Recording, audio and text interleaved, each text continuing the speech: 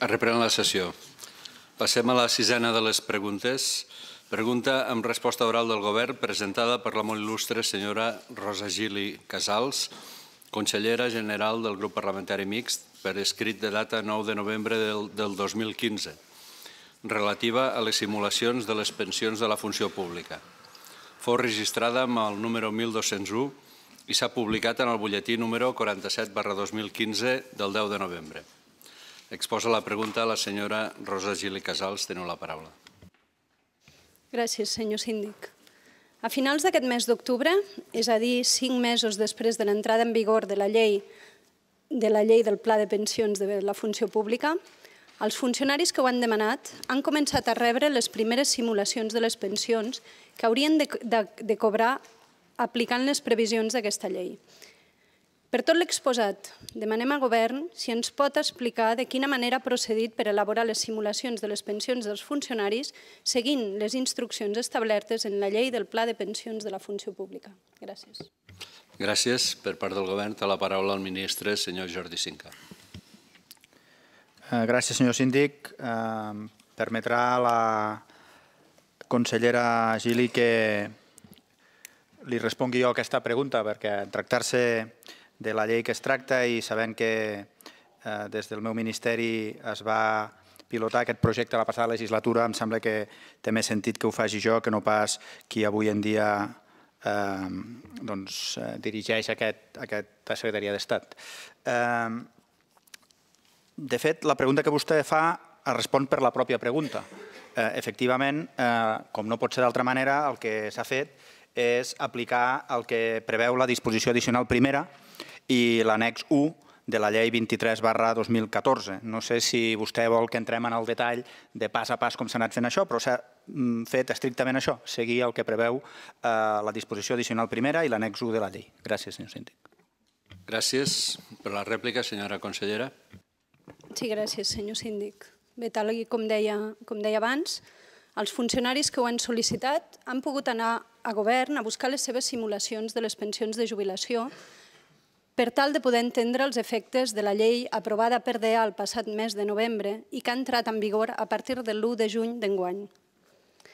En lloc de donar sistemàticament la informació a tots els partíceps, com ho hauria de fer un govern transparent de veritat amb les seves accions, Funció Pública només ho dona a aquells treballadors que en fan la demanda. I a més, se'ls obliga a desplaçar-se a l'edifici administratiu. Allà, a l'edifici de govern, se'ls lliura un full, ni tan sols tancat en un sobre i ni tan sols plegat.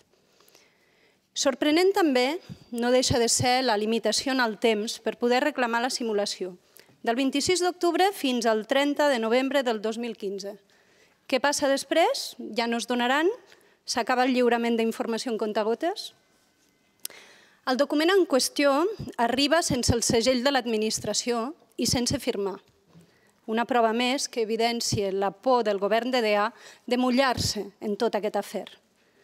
Queda palesa la covardia d'un govern que s'amaga, un govern de DEA que no assumeix les seves responsabilitats ni les seves decisions, ja que s'amaga, i ja ho he dit bastantes vegades, darrere fórmules rares i treballa amb opacitat.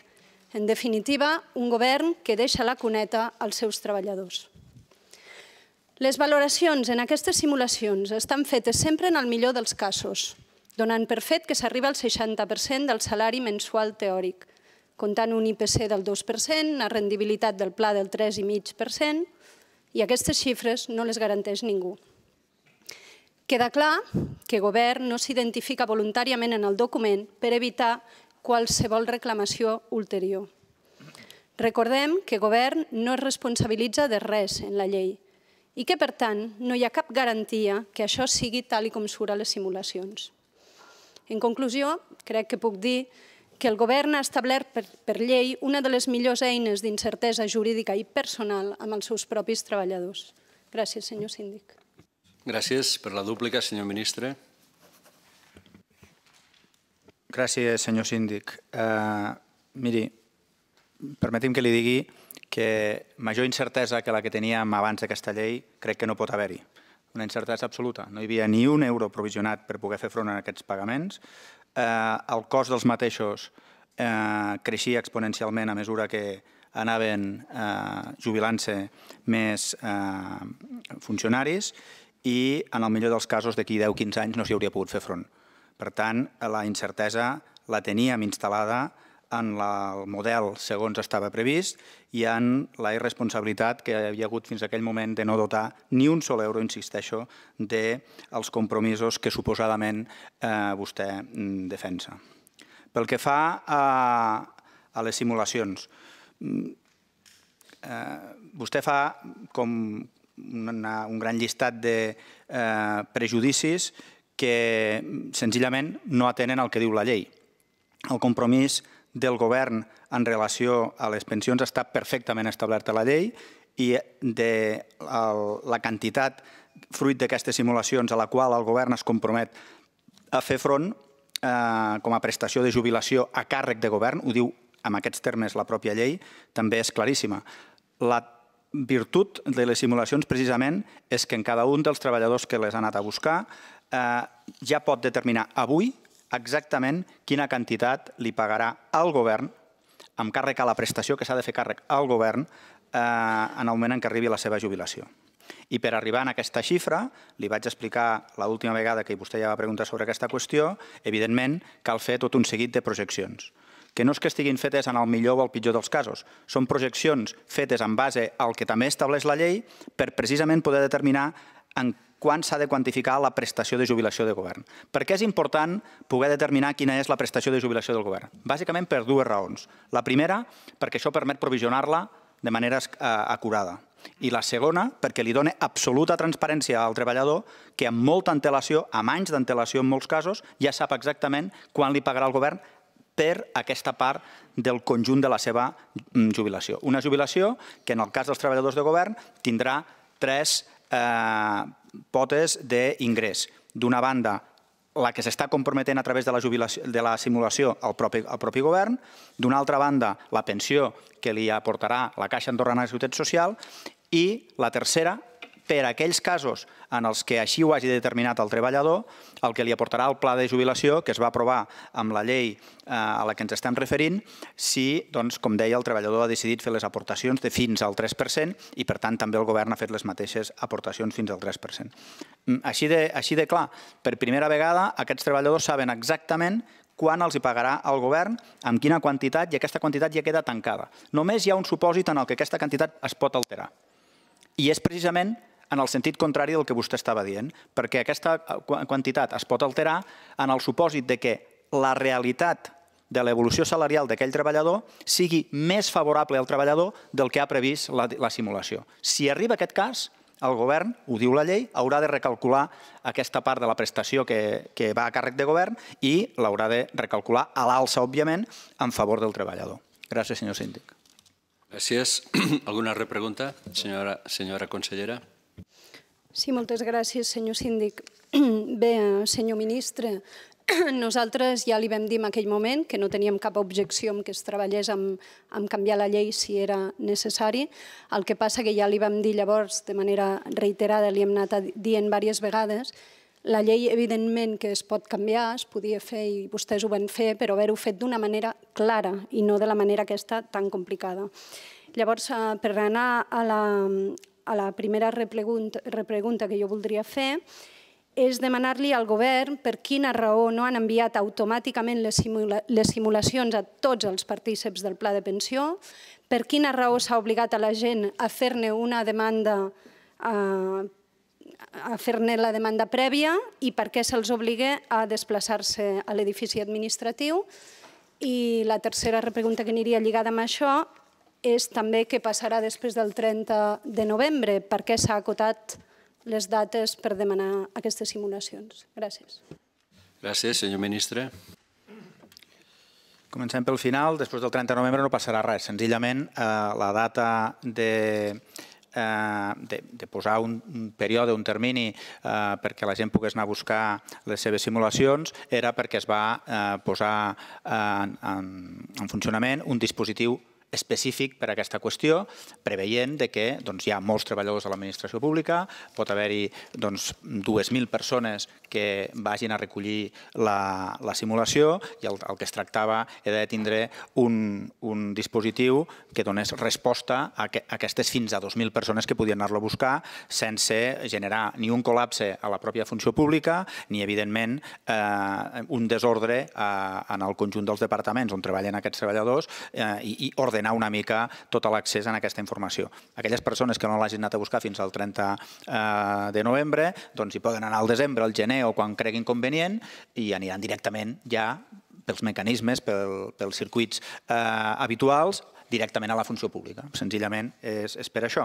Per què anar-ho a buscar in situ? Home, perquè és una qüestió suficientment delicada, que com vostè es cuida molt de recordar-nos sempre complexa, que pot requerir que hi hagi alguna pregunta i, a més, ens semblava important que hi hagués l'acús de recepció per part de tothom conforme l'havia rebut i al moment en què l'havia rebut, senzillament. Gràcies, senyor síndic. Gràcies. Alguna repregunta, senyora consellera? Sí, moltes gràcies. Bé, gràcies, senyor Cinca, perquè quedi clar que els funcionaris hi podran anar a qualsevol moment. Crec que agrairan les seves paraules, el seu compromís. Jo el que li voldria demanar és a dir, a nosaltres ens consta que aquestes simulacions s'han fet a través d'uns càlculs manuals, que ha sigut molt complicat de fer-les i, per tant, jo entenc que quan parlem de càlculs manuals poden haver-hi sempre errors, és normal, tots en fem i en podem fer, evidentment. Llavors, jo el que voldria saber és per què en aquest full d'informació sobre les simulacions, per què no han posat exactament la fórmula amb tots els números, és a dir, perquè la gent tingui almenys la possibilitat de recalcular a veure si està bé i de verificar cada un dels elements que han intervingut per arribar a aquesta quantitat. Gràcies, senyor síndic. Gràcies, senyor ministre.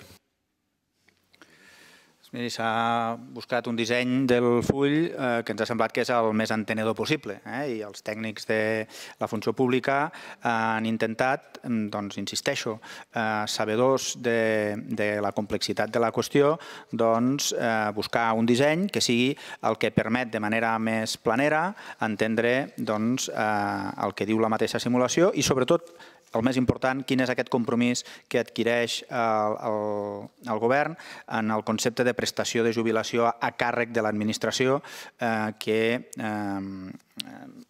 surt explícit en la simulació. Potser sí que es podia haver posat tota la fórmula, però com vostè diu és realment complexa. La fórmula al final inclou molts paràmetres. El primer, identificar el lloc de treball de la persona, el seu lloc de treball amb propietat. No té per què ser, en molts casos, o en alguns casos, el que estigui ocupant en aquell moment particular, perquè pot ser una persona que estigui en una comissió de servei, que estigui en excedència, que estigui en el que sigui. Per tant, el que es fa és fer la projecció del lloc de treball d'aquella persona, del que li correspon a aquella persona, i es projecta fins als 65 anys amb els paràmetres que diu la llei.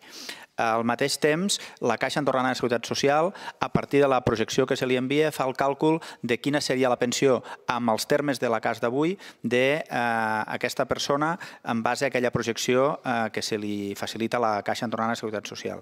I al mateix temps, amb un altre càlcul, es calcula quina és la rendibilitat i, per tant, quina és la pensió que s'obtindrà del pla de pensions de l'administració pública, el que es va crear amb la llei, i això permet fer el càlcul del 60% del salari projectat, restar en aquest 60% el que cobrarà de la CAS i el que cobrarà del pla de pensions, i la resta és el compromís que adquireix govern per prestació a càrrec de l'administració pública. Aquest és el mecanisme. Gràcies, acabo de seguida, senyor síndic. Si s'entén aquest mecanisme, em sembla que la resta passa a ser bastant secundari. En qualsevol cas, evidentment, el càlcul es pot refer, si algú no l'entén o li sembla que alguna dada no respon a el que ell entendria, doncs se li donaran totes les facilitats. Però insisteixo, estem parlant de càlculs, és veritat, complexes i que al final responen al que diu estrictament l'articulat de la llei. Gràcies, senyor síndic. Gràcies. Senyora consellera. Sí, gràcies, senyor síndic. Bé, vostè ha donat les seves explicacions del per què no ho han acabat d'explicar fins al final, però miri, jo li diria que crec que no cal simplificar, no? Només tenim la intel·ligència dels nostres ciutadans, és a dir, potser la gran majoria no hi entendrà res, però potser saben algú que els hi pugui explicar i entenc que seria lo normal, transparència i no l'opacitat del seu govern. Vostè ara en la seva intervenció ha dit reiterades vegades, ha parlat del compromís del govern i llavors jo li demano si les seves paraules estan dient això, perquè quina és la raó que aquest full de simulacions no portin cap firma i que no hi hagi ni tan sols un segell de govern que doni una validesa a aquest document. Gràcies. Gràcies. Estem una mica al límit de l'objecte de la pregunta. No sé si el senyor ministre vol contestar. Gràcies, senyor síndic. Sí, efectivament, però en tot cas, li torno a dir, és que el compromís de govern el fixa la llei. No hi ha paper més, en aquest cas, més garantista que la pròpia llei publicada al butlletí. Allà està identificat aquest compromís de la prestació a càrrec de govern i allà està definit com es calcula. No es podrà eludir aquest compromís perquè queda perfectament determinat. En tot cas, deixi'm, ja que vostè insisteix en això, reiterar-li que no hi ha pitjor opacitat que haver-li promès a la gent que cobraria alguna cosa que no se sap que es podria pagar. Gràcies, senyor síndic. Gràcies. Una repregunta, senyora consellera. Sí, gràcies, senyor síndic. A veure, crec que estic realment dins del marc de la llei, ja que he demanat de quina manera s'havien fet aquestes simulacions.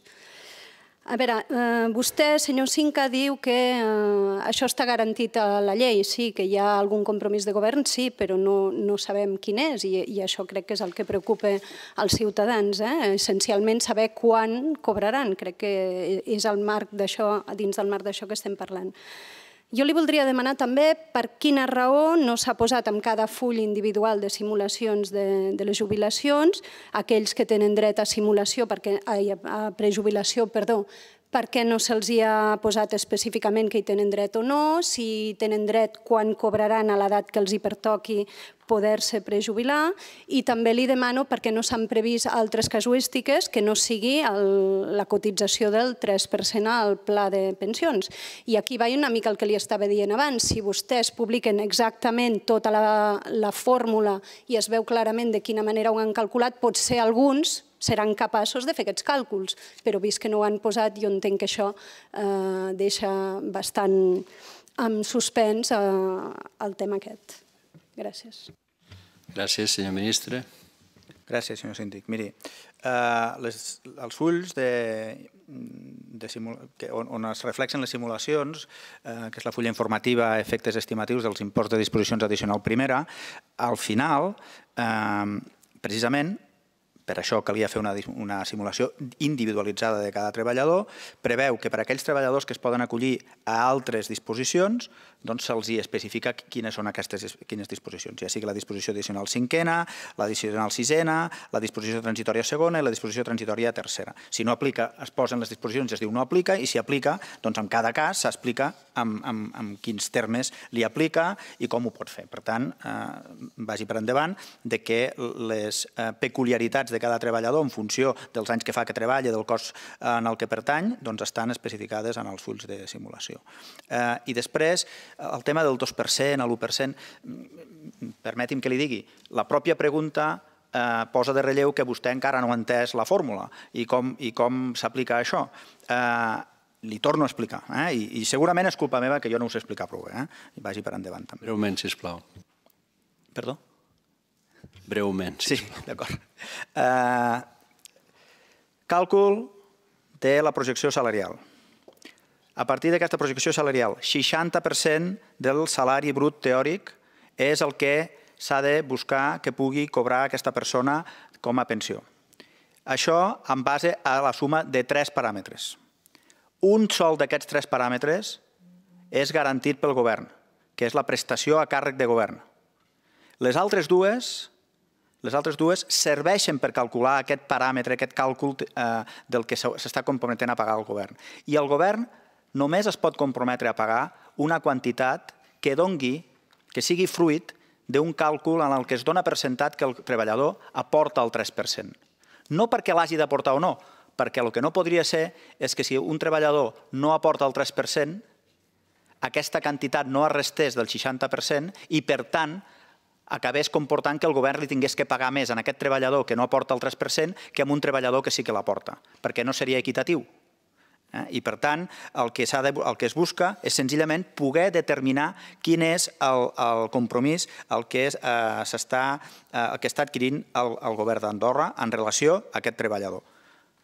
Per això són projeccions teòriques, perquè al final l'única certa és quan li pagarà el govern. Per tant, no aporta res en aquest càlcul de saber quin serà el compromís de govern el fet de fer la projecció del pla de jubilació al 2% o a l'1%, perquè per treure el compromís de govern s'ha de fer la projecció al 3%.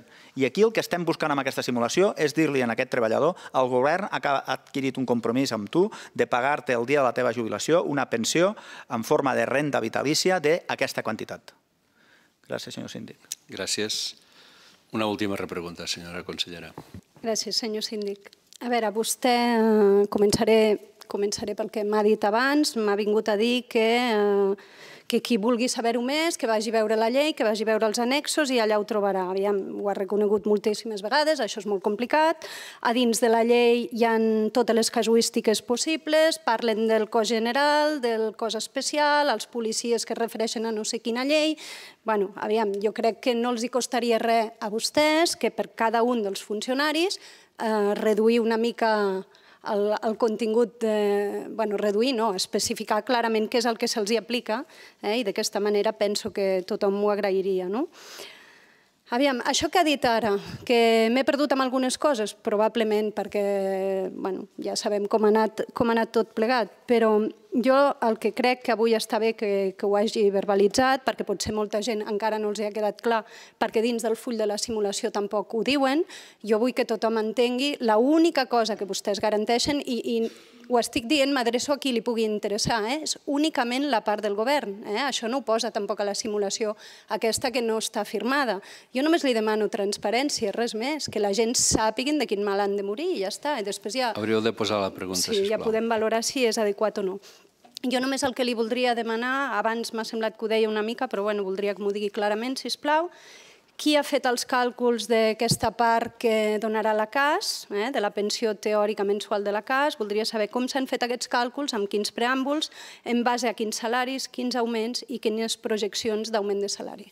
Gràcies. Senyor ministre. Entendrà, senyor síndic, que és difícil contestar tot això que se'm demana, que d'altra banda, insisteixo, ho posa la llei. No és que diguis, mira, hem decidit avui que farem les projeccions en base que els salaris pujaran un 5% i demà el farem en base a un 4%. No, és que la llei ho diu, amb quins percentatges s'ha de fer a la simulació, en base a quins percentatges de creixement dels triennis, ho diu tot la llei.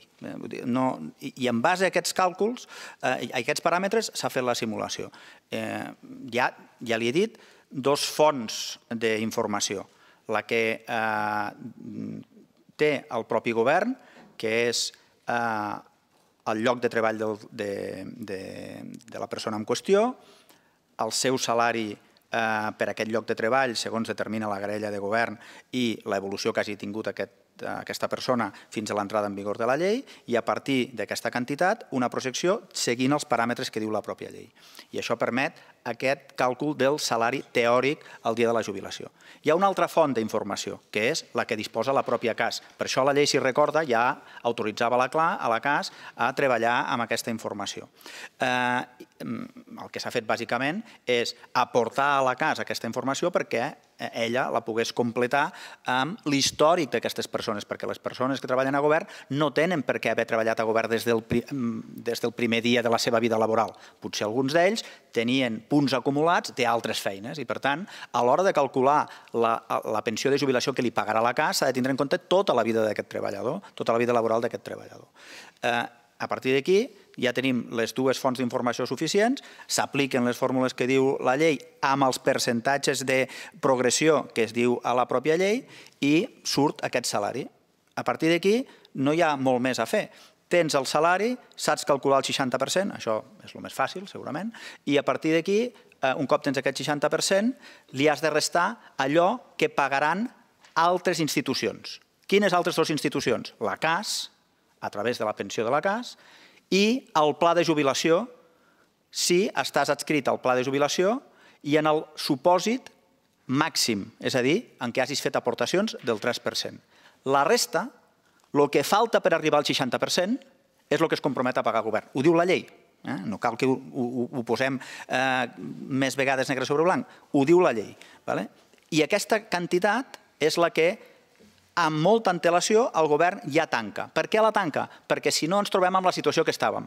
Adquirim compromisos però no els podem provisionar convenientment. I d'aquesta manera sabem exactament ja avui quin és el compromís quantificat avui que, per via d'un càlcul actuarial, tindrem que anar sufragant durant els propers anys a mesura que es vagi jubilant la gent en base als paràmetres que diu la llei. No ho sé explicar d'una altra manera i em sembla que si s'hi posa una mica de bona voluntat es pot entendre el que estic explicant. Gràcies, senyor síndic.